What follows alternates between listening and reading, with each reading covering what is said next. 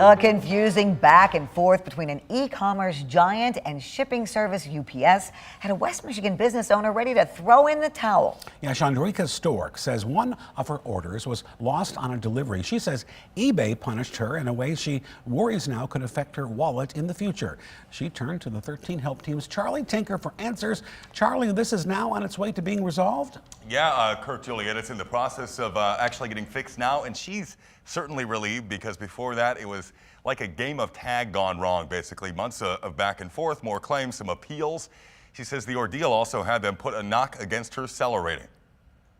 Is enough to negate my profits for like 10 other sales. Chandrika Stork makes her living on the World Wide Web. I like selling because I literally can buy and sell pretty much anything if it ships for a reasonable price. She's run the eBay storefront from her home in Muskegon going on 6 years now. Dibs on Collectibles is my name that I go by on eBay. My items can be new or used. Chandrika says she's never had any issues until around Christmas last year, when a buyer notified her she'd never received an order. So I said, I'll reach out to UPS, see what I can do on locating this package. She used the tracking number to find out the package had been marked in transit around a week earlier and still showed it was out for delivery.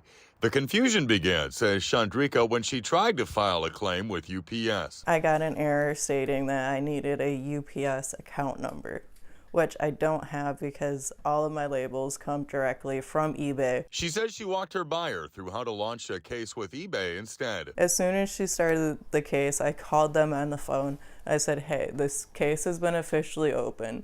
Can we look to see where the package is at? That call led to an internal investigation which also failed to find the buyer's order, and because it wasn't their error, Chandrika says she was told both would get their money back. When the refunds went through, they refunded me and told her that she lost her money. And when she appealed, they took my money and gave it to her and then told me, I'm sorry, you're out the money for the shoes. The package was insured, but the payout covered less than half the cost. You're running into a bit of a wall you didn't expect. I am. It's more about the principle and overall how I've been treated. Because the big picture issue here is one Chandrika worries may affect how customers view her store and hurt her bottom line. In my 6 years of selling, I have not ever received a negative review from any of my buyers, and I take a lot of pride in that.